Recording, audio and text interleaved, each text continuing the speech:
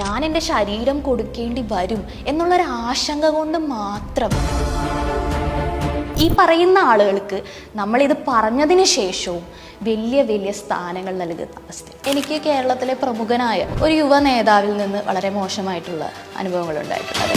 ഹണി റോസ് എന്ന് പറയുന്ന നടി, ആ നടിക്ക് നേരെ ഉണ്ടായ പ്രശ്നങ്ങൾ നമുക്കറിയാം. സ്ത്രീകൾക്ക് വേണ്ടി നിൽക്കുന്നു എന്ന് പറയുന്നവർ പോലും സ്ത്രീകളുടെ കാര്യത്തിൽ ഹൂ കെയേഴ്സ്, നമ്മൾ തന്നെ ചിന്തിക്കുകയാണ് നമ്മൾ ചരക്കാണ് എന്ന് ചിന്തിക്കുന്ന ഒരു അവസ്ഥയുണ്ട്. ബേസിക്കലി സ്ത്രീ എന്ന് പറയുന്നത് സമൂഹത്തിൻ്റെ കണ്ണിൽ എനിക്ക് തോന്നിയിട്ടുള്ള ഒരു ഒബ്ജക്റ്റിഫൈഡ് ആണ്. ഇനി ഈ സംവരണം വന്നാൽ തന്നെയുള്ളൊരു പ്രശ്നം എന്താണെന്ന് വെച്ചാൽ പുരുഷ നേതാക്കന്മാർക്ക് വേണ്ടി നിൽക്കുന്ന ചില പപ്പറ്റുകൾ പോലുള്ള സ്ത്രീകൾ കൂടുതൽ കടന്നു വരാനുള്ള ഒരു സാധ്യതയുണ്ട്. സ്വന്തമായി ഒപ്പീനിയൻ പറയുന്ന ബോൾഡായിട്ടുള്ള സ്ത്രീകളോടാണ് സപ്പോർട്ടില്ലാത്തത്. അത് എപ്പോഴും അങ്ങനെ തന്നെയാണ്. പൊട്ടിച്ച വെടിയുടെ പുക എന്തായും ചോദിച്ച മാധ്യമപ്രവർത്തകരോടെ ഏത് വെടി എന്ത് വെടി, ഞാനൊരു വെടിയും പൊട്ടിച്ചിട്ടില്ലല്ലോ, നിങ്ങൾ ഏത് പുകയുടെ കാര്യമാണ് ചോദിച്ചതെന്നാണ് നമ്മുടെ ഈ യുവ നടി ഇന്നലെ പറഞ്ഞത്. ഏതാണെങ്കിലും അത് കേട്ട് മാധ്യമപ്രവർത്തകരും അത് കേട്ടുന്ന നമ്മളും മറ്റു പല ആളുകളും അത് കണ്ടപ്പം വീണ്ടും നമ്മൾ ഞെട്ടിപ്പൊട്ടി എന്ന് വേണമെങ്കിൽ പറയേണ്ടി വരും. എന്തിനാണാവോ അന്ന് ആ ഒരു വെടി പൊട്ടിച്ചതെന്ന് ചോദിച്ചപ്പോൾ ഞാനൊരു വെടിയും പൊട്ടിച്ചിട്ടില്ല, എനിക്കിതിനെപ്പറ്റി വലിയ ഐഡിയകളൊന്നുമില്ല. ഇതിനെപ്പറ്റിയൊക്കെ നമ്മൾ സംസാരിക്കേണ്ട സമയമാണോ എന്നാണ് ഈ ചേച്ചിയുടെ അല്ലെങ്കിൽ ഈ യുവ നടിയുടെ അടുത്തുനിന്ന് വന്നിട്ടുള്ള മറുപടി. ഒന്ന് കേട്ടു നോക്ക് നിങ്ങളത്. ഇല്ല, ഞാനിവിടെ വന്നിരിക്കുന്നത് എറണാകുളത്തപ്പൻ ഗ്രൗണ്ടില് ഇവിടെ ഒരു പായസമേളയുണ്ട്. അപ്പൊ അതിന്റെ പരിപാടിക്കാണ് വന്നിരിക്കുന്നത്. അപ്പൊ ഇവിടെ ബാലിയുടെ ഒരു മോഡലിലൊരു സംഭവമൊക്കെ ഉണ്ട്. അപ്പൊ അത് കാണാനും ഓൾറെഡി അതിന്റെ ഉദ്ഘാടനം കഴിഞ്ഞാണ്. അപ്പൊ ഞാൻ അന്നും വന്നിരുന്നു. അപ്പൊ അത് കാണാൻ വേണ്ടിയിട്ടാണ് ഇവിടെ വന്നത്. ഇപ്പൊ ഇവിടെ പായസമേളയുണ്ട്, ഒരുപാട് തരം പായസങ്ങളുണ്ട്. അപ്പൊ നിങ്ങളെല്ലാരും വന്ന സ്ഥിതിക്ക് പായസമൊക്കെ കഴിക്കണം. കേട്ടല്ലോ, നിങ്ങളെല്ലാവരും വന്ന സ്ഥിതിക്ക് പായസമൊക്കെ കഴിക്കുക. ഒരുപാട് തരങ്ങളായിട്ടുള്ള പായസങ്ങളുണ്ട്. സദ്യയുടെ അവസാനമുള്ള നമ്മൾ പായസം വിളമ്പാറ്. അപ്പം മാധ്യമപ്രവർത്തകരും വിചാരിച്ചത് എന്താണ്, ഏതായാലും ചേച്ചി വെടി പൊട്ടിച്ച് അതിൻ്റെ അവസാനത്തെ പുക എന്ന് പറഞ്ഞ പോലെ പായസം ഉപമിച്ചതാണോ എന്ന് വരെ സംശയിച്ചു പോയി നമ്മൾ കേട്ടോ. പക്ഷെ ചേച്ചി അതൊന്നുമല്ല, ചേച്ചി കാര്യമായിട്ട് പറഞ്ഞതാണ്, നിങ്ങൾ പായസം കുടിക്കാൻ വന്നിട്ടുണ്ട്, പായസം കുടിക്കുക, ബാലിയൊക്കെ ഒന്ന് കണ്ട് ബാലിനെയൊക്കെ കണ്ടിട്ട് അങ്ങ് പൊക്കോളൂ, വേറെ പ്രത്യേകിച്ചൊന്നും എനിക്കിതിൽ പറയാനില്ല. പിന്നെ എന്തിനായിരുന്നു ചേച്ചി പണ്ടൊരു വെടി പൊട്ടിച്ചത്, അതിനെപ്പറ്റി എന്തെങ്കിലുമൊക്കെ ഒന്ന് ചോദിച്ചൂടെ, അല്ലെ എന്തെങ്കിലുമൊക്കെ ഒന്ന് പറഞ്ഞുകൂടെ വെച്ചപ്പം ചേച്ചിയുടെ മറുപടി ഇതാ ഇങ്ങനെ കിടക്കുന്നു. പോലീസ് ഈ ഒരു വിഷയത്തിൽ കേസെടുക്കാനുള്ള ഒരു പദ്ധതിയുമായിട്ട് മുന്നോട്ട് പോവുകയാണ്. അപ്പോൾ ആരെങ്കിലും വിവരങ്ങൾ തേടിയാൽ അതിന്റെ വിവരങ്ങൾ കൈമാറുമോ പോലീസ്? ഇല്ല, അതിനെക്കുറിച്ചൊന്നും ഞാൻ ഇത്തരം കാര്യങ്ങളെക്കുറിച്ചൊന്നും അങ്ങനെ ഇപ്പൊ ഈ ഒരു സന്ദർഭത്തിൽ സംസാരിക്കാൻ ആഗ്രഹിക്കുന്നില്ല. കാരണം ഇപ്പൊ ഒരു ഓണത്തിന്റെയൊക്കെ സമയമായി വരികയാണ്. അപ്പൊ അതിന്റെയൊക്കെ ഒരു ആഘോഷ സമയങ്ങളിലൊക്കെയാണ്. അപ്പൊ എന്തൊക്കെയാണെന്നുള്ളത് എല്ലാവരും തീരുമാനിക്കേണ്ട കാര്യങ്ങളാണ്. അതൊക്കെ കേട്ടല്ലോ നിങ്ങള്. ഇതെന്ന് പറഞ്ഞ ഓണത്തിന്റെ സീസൺ അല്ലേ, ഇതിൻ്റെ ഇടയ്ക്ക് ഇതൊരു സീസണായിട്ട് പോകണം. അത്യാവശ്യം ഉദ്ഘാടനങ്ങളും അത്യാവശ്യം പായസം പരിപാടികൾ, അത്യാവശ്യം ചക്ക പരിപാടികൾ, അത്യാവശ്യം പഴം പരിപാടികൾ, മാങ്ങ ഫെസ്റ്റിവൽസ് ഒക്കെ ഉണ്ടായിരുന്നു. അതൊക്കെ കിട്ടി നല്ല രീതിക്ക് ഞാനൊന്നിങ്ങനെ ഫെയിമായിട്ട് വരിക. ഇതിൻ്റെ ഇടയ്ക്ക് എന്തിനാണ് നമ്മൾ പണ്ട് വെട്ടിച്ച അല്ലെങ്കിൽ പൊട്ടിച്ച വെടിയെ പറ്റി സംസാരിക്കേണ്ട കാര്യം വല്ലതുണ്ടോ? നിങ്ങൾ പായസം കുടിക്കൂ, നിങ്ങൾ സദ്യ കഴിക്കൂ, ഓണം അല്ലേ, സീസൺ അല്ലേ, നിങ്ങൾ ആഘോഷിച്ച് ഉല്ലസിച്ച് പൊക്കോ. എനിക്കിതിൻ്റെ ഇടയ്ക്ക് മറ്റത് ഞാനിപ്പോൾ ലൈം ലൈറ്റിലല്ലേ ഉള്ളത് അല്ലേ, ഇതിൻ്റെ ഇടയ്ക്ക് ഇപ്പോഴത്തെ സീസൺ നമുക്ക് ഓണമില്ല. അപ്പോൾ ഓണപരിപാടികൾ കഴിഞ്ഞ് ഒന്ന് ഡിമ്മായി വരുന്ന സമയത്ത് നമുക്ക് വീണ്ടും ഇതുപോലെ എന്തെങ്കിലുമൊക്കെ ഒന്ന് പറഞ്ഞ് നിങ്ങൾ അതിൻ്റെ പിന്നാലെ പിടിച്ചോ. അപ്പോഴേക്കും എനിക്ക് കുറച്ചുകൂടെ പരിപാടികളും കാര്യങ്ങളൊക്കെ കിട്ടും എന്ന് പറയാണ്ട് അങ്ങ് പറഞ്ഞതേ ഉള്ളൂ. എന്നാലും പത്രപ്പുറത്തൊരു വിടൂല, വീണ്ടും ചോദിച്ചുകൊണ്ടിരിക്കുക. അവന്മാർക്ക് വേറെ പണിയൊന്നും ഇല്ലാതെ ഞാൻ ചോദിക്കുന്നത്. ഏതായാലും അവന്മാർ അടുത്ത ചോദ്യം കൂടെ നമുക്ക് കേൾക്കാം. അല്ല, ഞാൻ അതിനകത്തൊന്നും ഞാൻ പറഞ്ഞല്ലോ, ഞാൻ അങ്ങനെ പ്രത്യേകിച്ചൊന്നും പറയൊന്നും ചെയ്തിട്ടില്ലല്ലോ. അപ്പൊ അതിനെക്കുറിച്ച് ഞാനിപ്പോ പറയാൻ ആഗ്രഹിക്കുന്നില്ല. ഇനി തീർച്ചയായിട്ടും പറയുന്നതായിരിക്കും. അതാണ് ഞാൻ പറഞ്ഞത്, വളരെ കറക്റ്റാണ്. ഞാൻ പ്രത്യേകിച്ചൊന്നും പറഞ്ഞിട്ടില്ലല്ലോ. പിന്നെ ഞാനൊന്നും പറയാണ്ടാണല്ലോ ഈ നാട്ടിൽ ഇത്രയും വലിയ പ്രശ്നങ്ങളൊക്കെ ഉണ്ടായിക്കൊണ്ടിരിക്കുന്നത് അല്ലേ. ഞാനായിട്ടൊന്നും പറഞ്ഞിട്ടില്ല.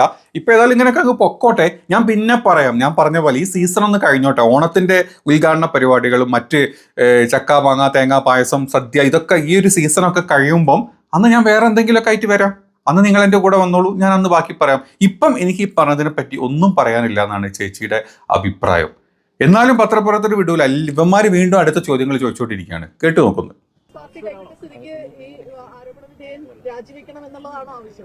അല്ല, അതൊക്കെ ഞാൻ കുറിച്ചൊന്നും ഒപ്പയും ചെയ്യുന്നില്ല. അതൊക്കെ പ്രസ്ഥാനം തീരുമാനിക്കേണ്ട കാര്യം. ആരാണ് എന്താണ് അനാവശ്യമായിട്ട് ഈ ഒരു കേസിലേക്ക് വലിച്ചെടുക്കരുത് എന്നൊക്കെ ഏതായിരുന്നു അതിനൊരു സാഹചര്യം എന്തായിരുന്നു? വലിയൊരു ആക്രമണം അദ്ദേഹത്തിനെതിരെ ഉണ്ടാവും തോന്നിയിട്ടാണോ? സോഷ്യൽ മീഡിയയിൽ വല്ലാത്ത രീതിയിൽ അദ്ദേഹത്തെ ആക്രമിക്കുന്നതായിട്ട് കണ്ടു. എന്തോ തരം ഗൂഢാലോചനകളൊക്കെ ആണെന്നുള്ളത്. ഞാനൊരു ഇന്റർവ്യൂവില് സ്ത്രീ വിഷയങ്ങൾ, സ്ത്രീകളുടെ പ്രശ്നങ്ങളെ കുറിച്ച് സംസാരിച്ചപ്പോ പറഞ്ഞു പോയ ഒരു കാര്യം മാത്രമാണ്. അതിനകത്ത് ഒരു ഗൂഢാലോചന ആരുടെ ഭാഗത്തു നിന്നുള്ള ഒരു ഗൂഢാലോചന ഉണ്ടായിട്ടില്ല. നിങ്ങൾ കേട്ടല്ലോ, ഈ സോഷ്യൽ മീഡിയയിൽ എന്തിനാ നിങ്ങൾ ഇതൊക്കെ പറഞ്ഞു വരുന്നത്? ഞാനേ ഒരു സോഷ്യൽ മീഡിയയിൽ അല്ലെങ്കിൽ ഇന്റർവ്യൂവിന് കൊടുത്ത കാര്യത്തിൽ ഞാൻ വെറുതെ സ്ത്രീകളുടെ ഉന്നമനത്തിന് വേണ്ടി സ്ത്രീകളും ഇങ്ങനെ അഭിമുഖീകരിക്കുന്ന ഈ സ്ത്രീകൾ ഇങ്ങനെ ഫേസ് ചെയ്യുന്ന ബുദ്ധിമുട്ടുകളെ കുറിച്ചൊക്കെ ഒന്ന് പറഞ്ഞു എന്നല്ലേ ഉണ്ടായിരുന്നുള്ളൂ. അത് സോഷ്യൽ മീഡിയ ഇട്ട് ഇങ്ങനെയൊക്കെ പറയേണ്ട കാര്യം ഉണ്ടായിരുന്നോ? പിന്നെ ഞാൻ എന്തിനു പത്രസമ്മേളനം വിളിച്ച്? അതൊന്നും ഇപ്പൊ ചോദിക്കാൻ പാടില്ല. ഞാനത് കഴിഞ്ഞപ്പോൾ ഒരു പത്രസമ്മേളനം വിളിച്ച് ഞാൻ ചെറുതായിട്ടൊക്കെ ഒന്ന് സ്ത്രീകളുടെ ഉന്നമനത്തിന് വേണ്ടി കൂടെ നിൽക്കാമെന്ന് വിചാരിച്ചു. ഇപ്പൊ തൽക്കാലം ഞാൻ ആ ഉന്നമനം മാറ്റി വെച്ചിരിക്കുകയാണ്. ഇപ്പൊ എനിക്ക് എൻ്റെതായിട്ടുള്ള കുറെ സീസണൽ പരിപാടികളും ഇനാഗുറേഷൻസ് ഒക്കെ ഉള്ള സമയത്ത് തൽക്കാലം ഉന്നമനം അവിടെ നിൽക്കട്ടെ, അല്ലെങ്കിൽ സ്ത്രീകളുടെ ബുദ്ധിമുട്ടുകൾ അവർ ഫേസ് ചെയ്യുന്ന കാര്യങ്ങളൊക്കെ അവിടെ നിന്നോട്ടെ. ഞാൻ എൻ്റെ പരിപാടികൾ കഴിച്ചിട്ട് ഞാൻ വരും. ഇതിൽ പ്രത്യേകിച്ച് ഗൂഢാലോചന ഒന്നും ഇല്ല എന്നാണ് ചേച്ചിക്ക് വീണ്ടും പറയാനുള്ളത്.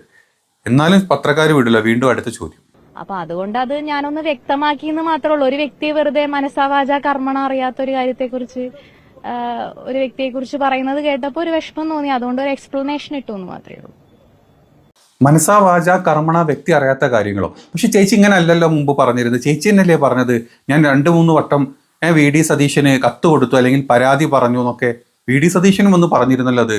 മുമ്പ് എപ്പോഴൊന്ന് പരാതി പറഞ്ഞിരുന്നു, ഞാൻ അതിന് ആക്ഷൻ എടുക്കുന്നുണ്ട് എന്നൊക്കെ. അപ്പൊ ഈ മനസ്സാ വാച കർമ്മണ അറിയാത്തൊരു കാര്യമായിരുന്നോ ചേച്ചി അന്ന് പൊട്ടിച്ച വെടി?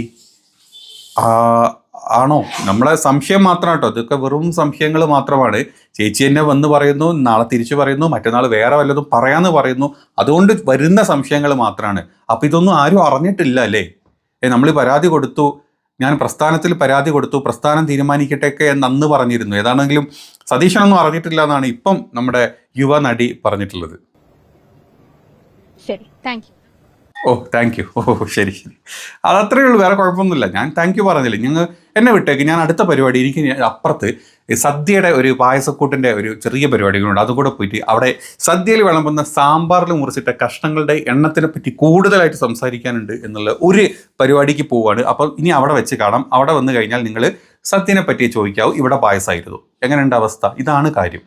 നിങ്ങളൊരു കാര്യം ആലോചിച്ച് നോക്കണം. ഇവർ ഈ പറഞ്ഞ അല്ലെങ്കിൽ ഇവർ മുന്നോട്ട് വെച്ചിട്ടുള്ള കാര്യങ്ങളുടെ മേലായിരുന്നു ഈ നാട്ടിൽ ഇത്രയും ദിവസങ്ങളായിട്ട് ഇപ്പോഴും അത് തുടർന്നുകൊണ്ടിരിക്കുക. അതിൻ്റെ ബാക്കി ഇങ്ങനെ തുടർന്നുകൊണ്ടിരിക്കുകയാണ്. ഇവർ വന്ന് വലിയൊരു വെടി പൊട്ടിക്കുന്നു.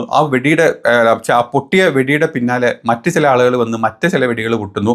അതിൽ പല വെടികളും ചീറ്റിപ്പോയി ഒന്നും അല്ലാണ്ട് പണ്ടാരടങ്ങിപ്പോയതും നമ്മൾ കണ്ടു.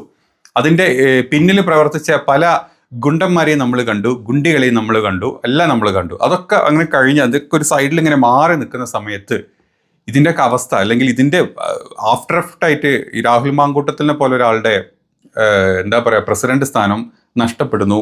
അയാളെ പാർട്ടിയിൽ നിന്ന് പുറത്താക്കുന്നു. ഇപ്പോൾ ഇന്നലെ പരാതിക്കാരിയില്ല, അല്ലെങ്കിൽ പരാതി പറഞ്ഞ ആളുകളില്ല, പരാതിപ്പെടണമെന്ന് പറഞ്ഞ ആരുമില്ല. സ്വയം നമ്മുടെ പിണറായിയുടെ പോലീസ് കേസെടുക്കുന്നു.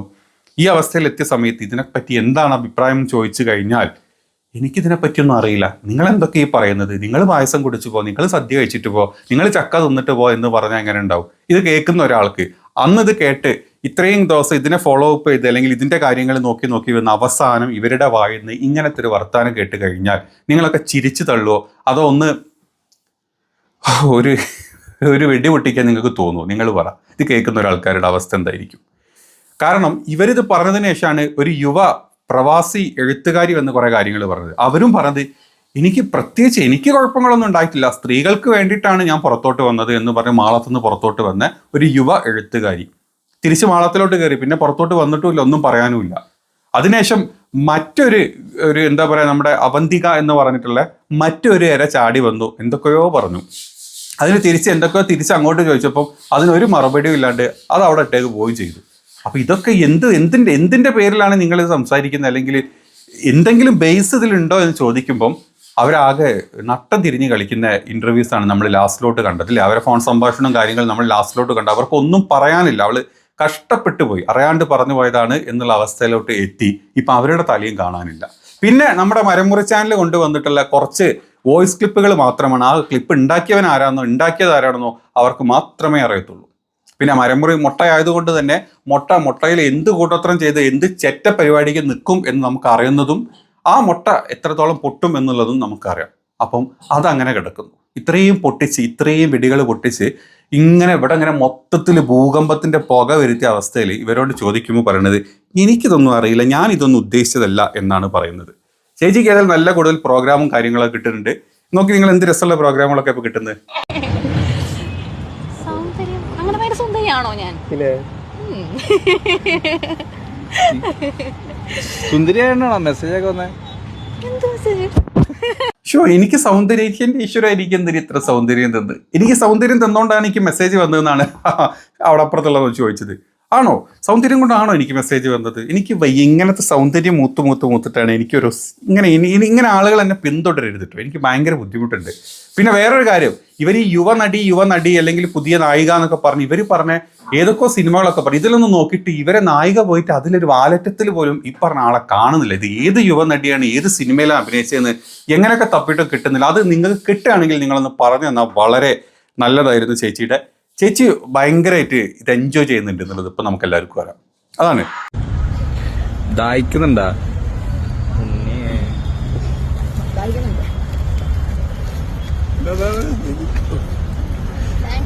ഓക്കേ. അല്ലെ, ചേച്ചി വെള്ളം കുടിക്കുന്നു, ചേച്ചി ചക്ക തിന്നു, ചേച്ചി പായസം കുടിക്കുന്നു, ചേച്ചി പഴം തിന്നുന്നു. ഇതൊക്കെ എടുക്കാൻ ആളുകൾ പിന്നാലെ പോകുന്നു.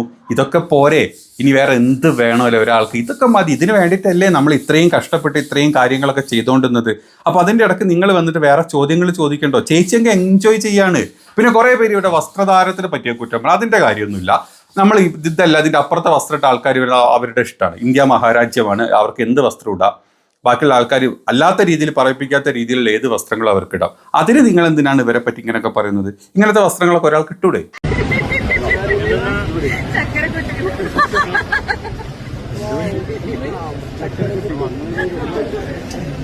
ആണല്ലേ ചക്കരക്കുട്ടി, എന്തൊരു നിഷ്കളങ്കമായ ചിരി തന്നെ. നിങ്ങളൊന്ന് നോക്കിക്കേ, ആരെങ്കിലും കുറ്റം പറയൂ അവരെ?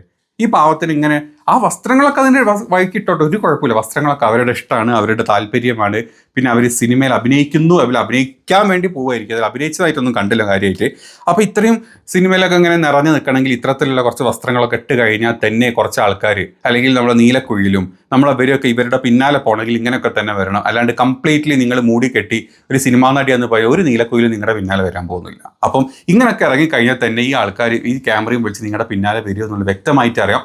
അങ്ങനെ ഡിം ലൈറ്റിലോട്ട് വരാത്ത സമയത്ത് നമ്മൾ ചില വെടികൾ ഇതുപോലെ പൊട്ടിക്കും. വെടികൾ പൊട്ടിച്ച് അതിൻ്റെ ചീറ്റലും പുകയൊക്കെ അവിടെ കിടന്നോട്ടെ, ഞാനിപ്പുറത്തു കൂടെ ഇനാഗുറേഷൻസും കാര്യങ്ങളൊക്കെ ആയിട്ട് ഞാനിപ്പുറത്തു കൂടെ അങ്ങ് പൊക്കോളാം. ഇപ്പോൾ പണ്ടത്തെ പോലെയല്ല, ഹണി റോസിനൊക്കെ മാർക്കറ്റ് കുറച്ച് ഇടിഞ്ഞിട്ടുണ്ട് ഈ ബോബി ചെമ്മണ്ണൂരിൻ്റെ പ്രശ്നം വന്നതിന് ശേഷം. പണ്ട് എവിടെ നോക്കിയാൽ ഹണി റോസ് ആയിരുന്നു, ഇപ്പോൾ അവരങ്ങനെ കാണാറില്ല. ആ ഒരു ഇഷ്യൂ വന്നതിന് ശേഷം ഇപ്പം കുറച്ച് പുതിയ ആൾക്കാർ ഇനി മുന്നോട്ട് വരേണ്ടതായിട്ടുണ്ട്. അപ്പം അങ്ങനെ വരേണ്ടതായിട്ടുള്ള സമയത്ത് കറക്റ്റ് സമയത്താണ്, കറക്റ്റ് എൻട്രിയാണ്, കറക്റ്റ് നല്ല രീതിയിൽ ഞാൻ തുടക്കത്തിൽ പറഞ്ഞ പോലെ വസ്ത്രങ്ങളൊക്കെ അങ്ങനെയൊക്കെ തന്നെ ധരിച്ച് മുന്നോട്ട് വന്ന് കഴിഞ്ഞാൽ നമുക്ക് കുറച്ചുകൂടെ ഫെയിമും കുറച്ചുകൂടെ ഉദ്ഘാടനം കുറച്ചുകൂടെ പൈസയും കുറച്ചുകൂടെ ഫെയിമും കാര്യങ്ങളൊക്കെ കിട്ടും. സിനിമയിൽ കയറും എനിക്ക് തോന്നുന്നില്ല, ഇനി അങ്ങനത്തെ ഒരു സിനിമയിൽ കയറും എന്ന് എനിക്ക് തോന്നുന്നില്ല. അത് എൻ്റെ അഭിപ്രായം കേട്ടോ, ബാക്കിയുള്ളവരെ എല്ലാവരും എങ്ങനെ എടുക്കുന്ന അറിയില്ല. എന്താണെങ്കിലും ചക്കരക്കുട്ടി നല്ല ചിരിയാണ്, നല്ല രസമുണ്ട്, നല്ല സൗന്ദര്യം കൊടുത്തിട്ടുണ്ട്, എല്ലാം ഉണ്ട്. ഇടയ്ക്ക് ഇതേപോലെ വന്നിട്ട് ഇതേപോലെ ഞങ്ങൾ വെടിപൊട്ടിക്കും. അപ്പം ചേച്ചി ഒരു കാര്യം അല്ല, യുവ നടി ഒരു കാര്യം മനസ്സിലാക്കാൻ നന്ന്, നിങ്ങൾ പൊട്ടിച്ച വെടിയുടെ പിന്നാലെയാണ് ഈ കേരളത്തിലെ സകലവാന ആൾക്കാരും ഓടിക്കൊണ്ടിരിക്കുന്നത്. ഇപ്പോൾ അതിൻ്റെ ബാക്കി ഇപ്പോഴും അതിൻ്റെ പുക ഇതുവരെ അടങ്ങിയിട്ടില്ല, അതിൻ്റെ പുക എപ്പോഴും ഇങ്ങനെ വന്നുകൊണ്ടിരിക്കുകയാണ്. ഇനി അവസാനം നമ്മളൊന്നും അറിയില്ല എന്ന് പറഞ്ഞു കഴിഞ്ഞാൽ നിങ്ങളെ പറ്റി സ്വയം ഒന്ന് ചിന്തിക്കുന്നത് നല്ലതായിരിക്കും. അതിന് നിങ്ങൾക്ക് സ്വയം ചിന്ത ഉണ്ടെങ്കിൽ മാത്രമല്ല, ഞാൻ എല്ലാവരുടെ കാര്യമല്ല പറയും, നിങ്ങൾ സ്വയം ഒന്ന് ചിന്തിച്ച് കഴിഞ്ഞാൽ നല്ലതായിരിക്കും. നിങ്ങൾ എന്താണ് ചെയ്തത്, എന്താണ് ചെയ്തു വെച്ചത്, ഇനി അതിൻ്റെ പിന്നിൽ കൂടെ ഉണ്ടാകുന്ന മറ്റ് കാര്യങ്ങൾ എന്താണെന്നുള്ളത്. ഇതുപോലെ തന്നെ ആയിരിക്കും മറ്റ് വെടി പൊട്ടിക്കാൻ വന്ന എല്ലാ വെടിവെടന്മാരുടെ അവസ്ഥകളും എന്നാണ് എനിക്ക് തോന്നുന്നത് ഈ ഒരു കാര്യത്തിൽ. നിങ്ങളുടെ അഭിപ്രായം പറ. ഇതുപോലത്തെ കോപ്രായങ്ങൾ കണ്ടു കഴിഞ്ഞാൽ നിങ്ങളിതിനെ സപ്പോർട്ട് ചെയ്യുന്നുണ്ടോ, അതല്ലെങ്കിൽ നിങ്ങൾ ഇതിനെ ഏത് രീതിയിലാണ് നിങ്ങളിതിനെ എൻ്റർടൈൻ ചെയ്യുന്നത് എന്നുള്ളത് ഒന്ന് കമൻറ്റിൽ ഇടണേ.